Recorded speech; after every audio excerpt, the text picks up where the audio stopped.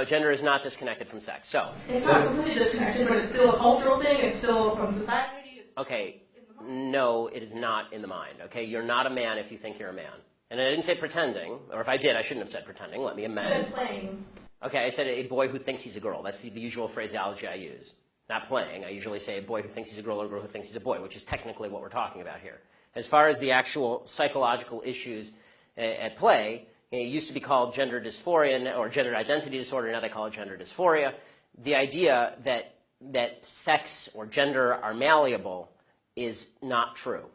Okay, and I'm not denying your humanity if you're a transgender person. I am saying that you are not the sex to which you claim to be.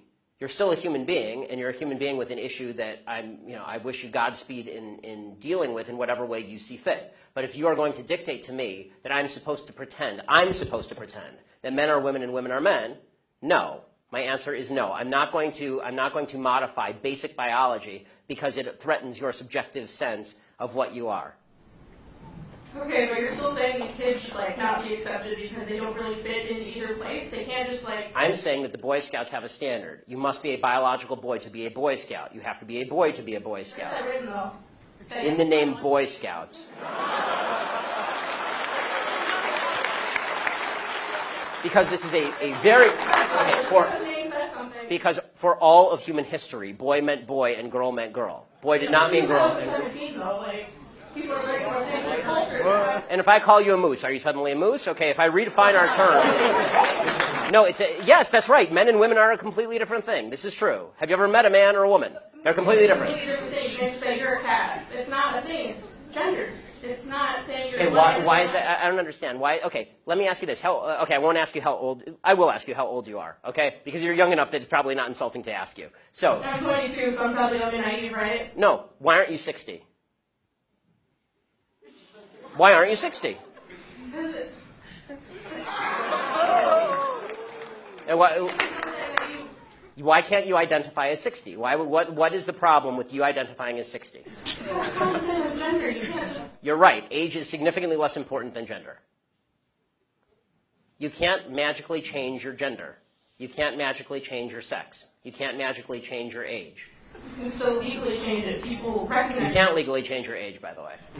Obviously. You can change your name, you can change your sex, you can change your identity. Just because you can do things legally doesn't mean that they are correct biologically. You could do lots of things in the past that were incorrect biologically and correct legally. For a long period of time in the United States, sterilization of the mentally ill took place. That didn't make it okay. Skinner versus Oklahoma. Justice Oliver Wendell Holmes wrote the decision. Right. I still don't understand why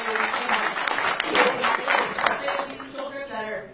It's not a matter of open-minded and accepting. I want them to get treatment that they see fit, but that's not involving me. The idea behind the transgender movement as a civil rights movement is the idea that all of their problems would just go away if I would pretend that they were the sex to which they claim membership. That's nonsense. The transgender suicide rate is 40%. It is 40%.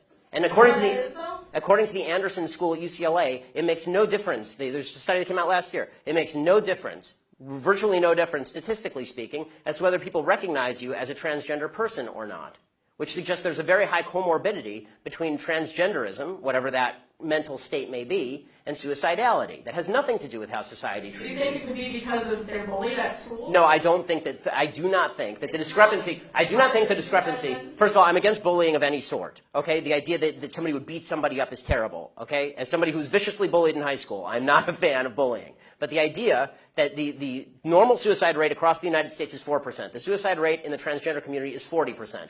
The idea that 36% more transgender people are committing suicide because people are mean to them is ridiculous. It's not true, and it's not backed by any science that anyone can cite. It is pure conjecture. In fact, it's not even true that bullying causes suicide, according to a lot of studies. For example, in the black community, where the idea is supposedly that America is a racist society, blacks are bullied a lot. Okay, in the black community has significantly lower suicide rates than in the white community. In fact, in third world countries, the suicide rate is significantly lower than in first world countries. Suicide actually seems to be a privilege of the upper classes, if you actually look at it from a financial perspective. So the idea that suicidality is directly a result of people like me saying, no, men are not women and women are not men, it's not true. It's also... Do you think it doesn't impact their identity at all, or their depression, or how they feel about themselves? I think the idea that you're going to sacrifice the entire society's proper definition of sex because you think that there is in legal terms, somebody with an eggshell skull, meaning that somebody who has a pre-existing condition that makes them more susceptible to criticism, that is not a way to run a society. You can't sacrifice truth because some people are going to actually suffer because of the truth. Plus, there's no evidence whatsoever that the suicide rate would go down in the transgender community in any marked way if people just started pretending that men were women and women were men. We're trying that experiment now. We'll find out whether it works. So far, no evidence. Have you talked to a group of trans people at all instead of this group of like white people? I'm more than happy to talk to a group of any people who will have me, but usually they protest me.